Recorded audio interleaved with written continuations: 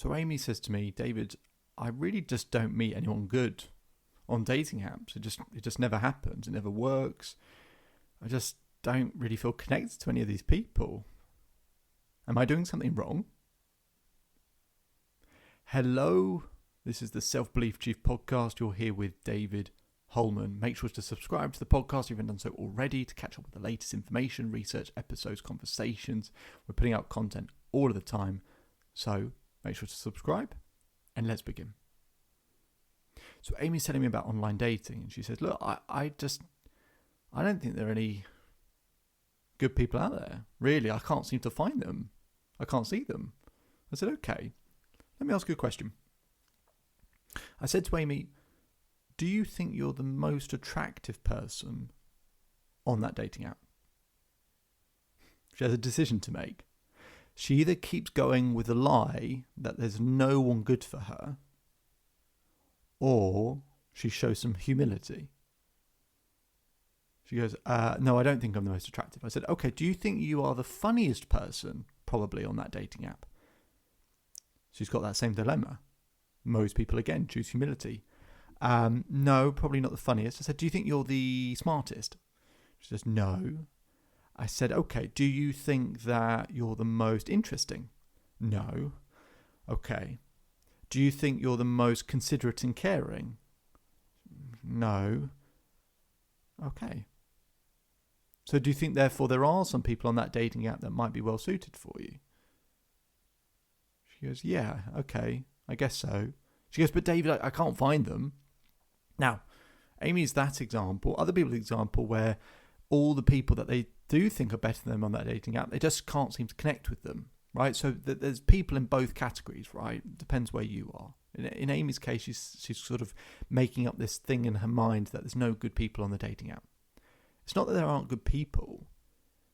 It's just that the connection and communication isn't being done the right way. And part of the issue, sort of no fault of our own, is in science and research, they find that when you meet someone in real life that you find attractive, you get this kind of oxytocin rush in the body. That sort of butterfly feeling. And that's really important part of attraction. That's a really important part of attraction. And on an online dating app, they find you don't get it in the same way. The reason being is because when you connect, you kind of know you like each other to a certain extent. It feels a little bit artificial. Usually kind of messaging each other back and forth so there isn't that same warmth and feeling. So it makes people a little bit kind of hesitant. So how do we create that oxytocin rush? Because that's ultimately what we're trying to do here. And how do we attract better quality people? Better quality for what we want is a better way of putting it. So I ask Amy, so who's your ideal partner? She goes,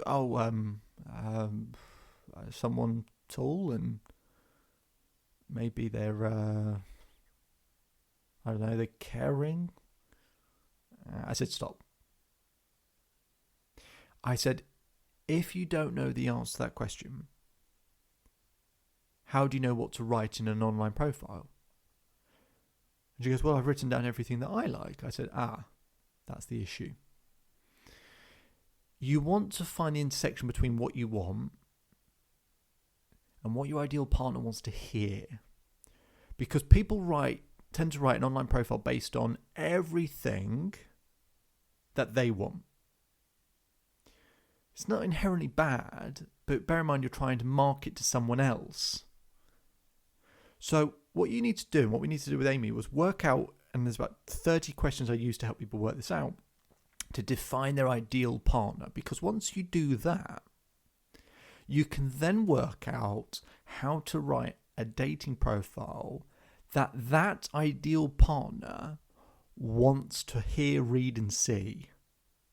Does that make sense? Because people don't appreciate what we value. They appreciate what they value. They want what they value. So we've got to give them what they value without compromising who we are and what we want. But what we're doing is defining what we want, who our ideal partner is. And then what would that person, based on all of that information, want to hear, read, and see? Because then, for example, I said to Amy, so let's look at some of the pictures you've used. And her ideal partner was described as very active, very spontaneous, very adventurous, very outdoorsy. And I said, let's look at your pictures. She has 3 pictures of her in a bar. Nothing inherently wrong with that. But I said, do you imagine your ideal partner regularly goes to a bar? She said, oh no. I said, but your pictures say the opposite.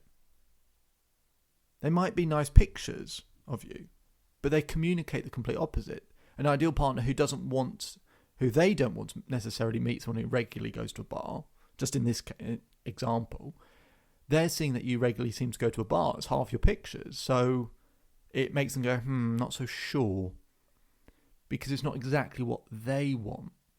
So every single part we then communicate in a way which appeals to them based on, the person we've described. So that actually they kind of, as a bit of a checklist when they're going through profile, they're going, yes, yes, yes. And they kind of go, it's like the person's in my head. They understand me better than me. Now that might be almost slightly too idealistic, but actually that's the feeling we're trying to get to and trying to create. Because imagine if someone did that for you, how amazing, how great that would feel. Feel great, wouldn't it? So, and we have to be clear about what we want, right? So you find, in terms of defining that ideal partner, being clear of what we want, and then based on that person, how would they like to hear, read, and see that profile? Once you do that, then you can get into that land of creating a bit of an oxytocin rush, because you're really creating a deep connection. And the real key is, don't list off 100 things that you want to do, because 1, it's really boring, talking really broadly. And 2, a really important part of creating that oxytocin rush is curiosity. So if you tell someone everything, then it's, they're not that interested, or they're not leaning in as much. It's like when you're, been in a relationship for 20, 30 years, everything about them. Well, one of the things that kills desire is familiarity, in that you know everything, or what the reality is, you think you know everything about them. When I work with those people, it's actually showing them the different sides of each other that they haven't necessarily seen, or to actually just get them to look each other in the eyes to remind them who that person actually is, and that there's something behind the eyes that's still attractive, that's still appealing. So we go back to Amy, we define that, and we start working out all of these things so that we can get a clearer perspective of what the ideal partner wants to hear, read, and see. And then we just talk about a couple of things. What things would that person be interested in? Then we write some stories that we've had in our life that appeal to those things that they value. And then maybe we leave the endings off. Right? Because if I tell a story but leave it on a bit of a cliffhanger, you lean in slightly, don't you? You're curious. And you have that kind of little bit of feeling and rush, and you want to know the end of the story, and it just pulls you in, and it gives you a way for the other person to connect with you. But if you go through those steps, you're going to be actively pushing the wrong people away, because they're going to read that profile and say, this isn't really for me. But that's what you want. You want to push the wrong people away. And for the right people who are going through a sea of people online, they finally get to someone that's taken the time to give them what they value. And that means the world to them, as it would mean the world to us. So it's a really subtle shift that makes a big difference. And once Amy did that, she started attracting the better quality individuals that she was looking for. And the better quality man came along. My name is David Holman. If you change today, today will change your life. So enjoy the rest of your day. Enjoy the rest of your life. We'll put a link to the Self-Belief Chief website if you want to learn more in the description for the episode. We'll put some other links in there as well, so check those out. And I'll speak to you again very soon.